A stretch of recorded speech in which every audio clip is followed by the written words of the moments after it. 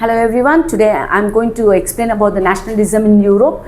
Nationalism in Europe, the first image, it is about the Frederick Sorio, where he created an utopian vision to create a nation state where all the nations of the Europe, they all are marching towards the Statue of Liberty. In Statue of Liberty, you can see in one hand there is a scroll and in the other hand there is an enlightenment torch.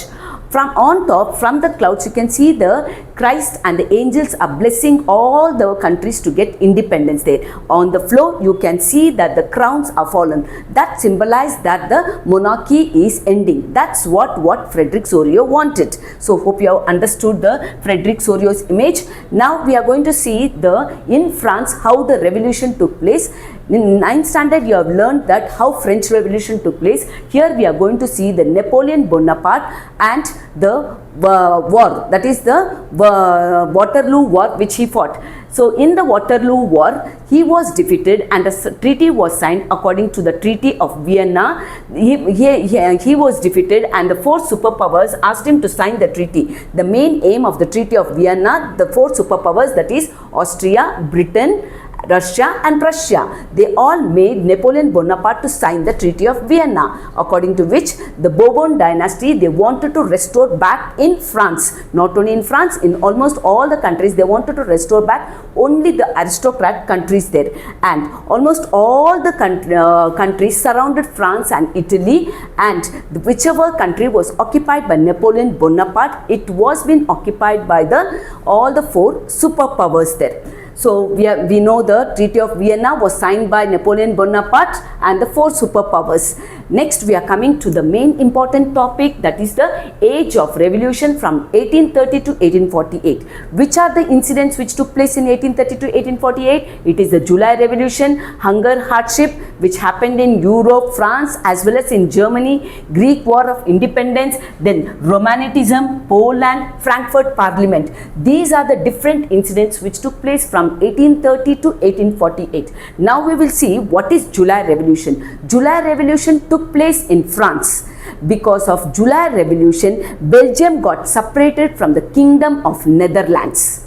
And this news spread to all the European countries and everyone wanted to create a nation state.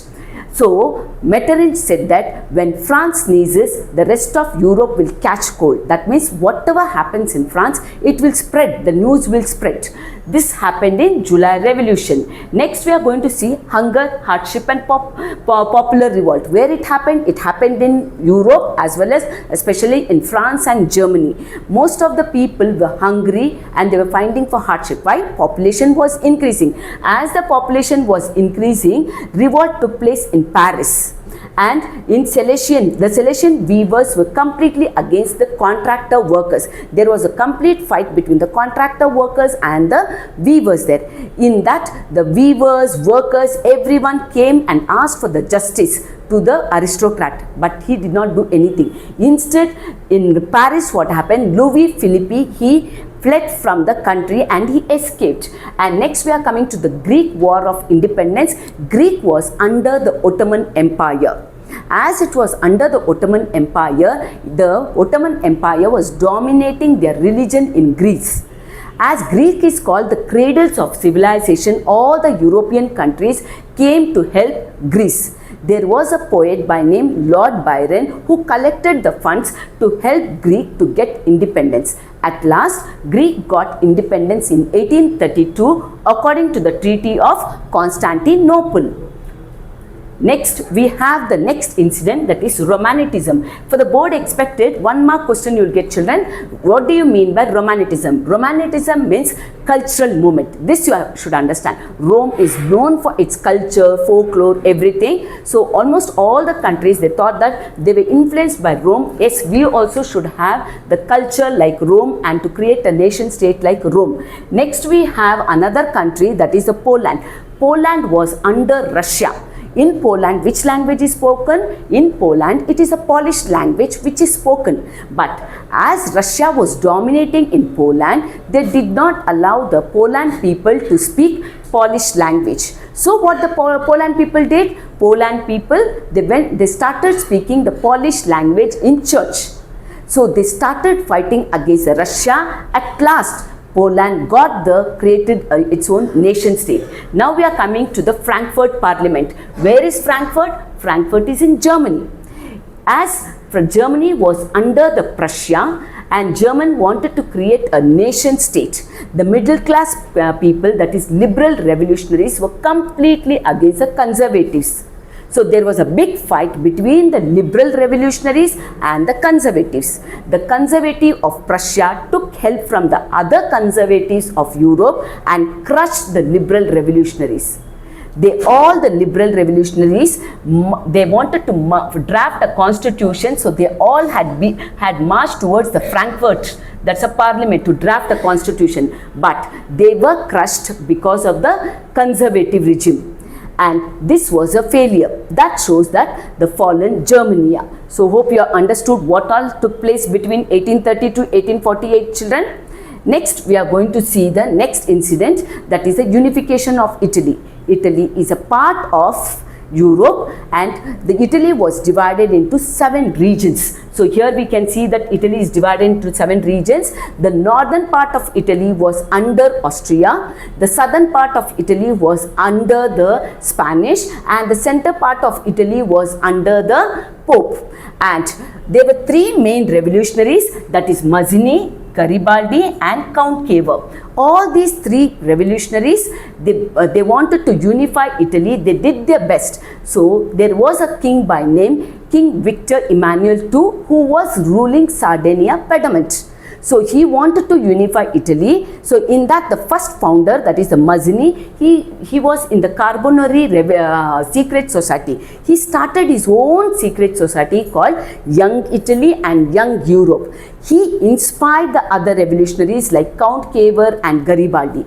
Count Cavour, he was a very diplomatic person. What he did, he knew how to speak French language. So he made friendship with the French people and defeated Austria. With this, what happened? The whole northern part was unified there. Next, we have Garibaldi. Garibaldi, what he did? He went towards the south of Italy and took help from the poor peasants and defeated the Spanish people. With this, what happened? Italy was unified by 1861. Remaining, we have few things, that is the Papal States and in 1866, that is the Venetia, which was unified later after 1861. But for the board exam, when they ask when was Italy unified, it is 1861. But which are the 2 regions which was unified later means it is Venetia and Papal States. So hope you have understood how Italy was unified. It was a King Victor Emmanuel II who was proclaimed as the Emperor of Italy there. Next, we have the next thing. It is the strange case study of the Britain. Now, Britain, as soon as we say what is Britain means, Britain was comprised of the 4 island groups, that is Scottish, Welsh and Irish. All these are the island group, just like Bombay once upon a time it was a island group there. So English was a dominant language. They started dominating in Welsh, and Welsh was merged into English. Later, which was there now? Scottish and Irish. In Scotland, which language was spoken in those days? It was the Gaelic language. So what they did, the English people, they forced the Scottish people to speak English language. According to 1707, Scottish was merged into England there.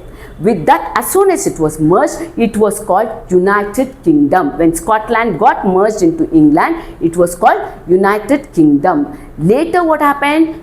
Ireland. Ireland was also a part of an island. What was the problem there? That is the religion problem. In Ireland, they followed Christianity, but in Christianity, you have 2 clans, that is the Roman Catholics and Protestants. The England people were following the Protestant and Ireland people were following the Roman Catholic. So there was a big fight between the Roman Catholics and the Protestants. In that fight, who won? It was the Protestants who won. So with this, what happened? Ireland also got merged into England. With that, from United Kingdom, it became United Kingdom of Great Britain.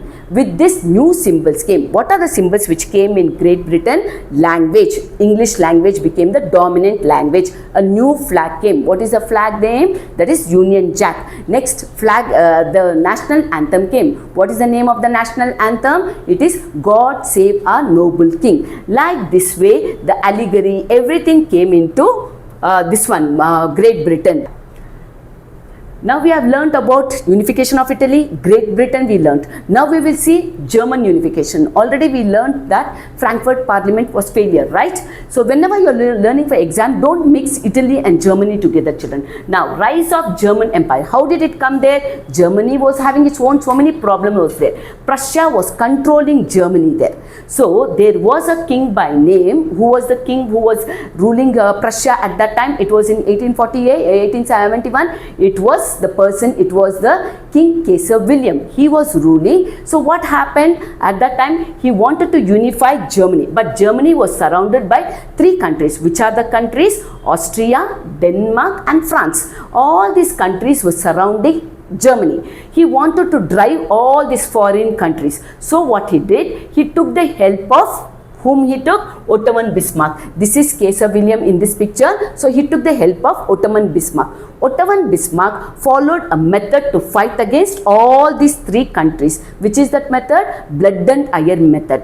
When he did this method, he defeated all the 3 countries. That is Prussia defeated Danish-Prussia War, Austro-Prussian War, Franco-Prussian War. In all these things, Prussia only won all the 3 wars. So this is called 3 wars in 7 years. So as the Prussia won the war, Prussia was unified into Germany. Means Prussia was unified into Germany. As they were unified, the Prussian king was taken to Versailles court, which is in France, and he was proclaimed as the Emperor of Germany.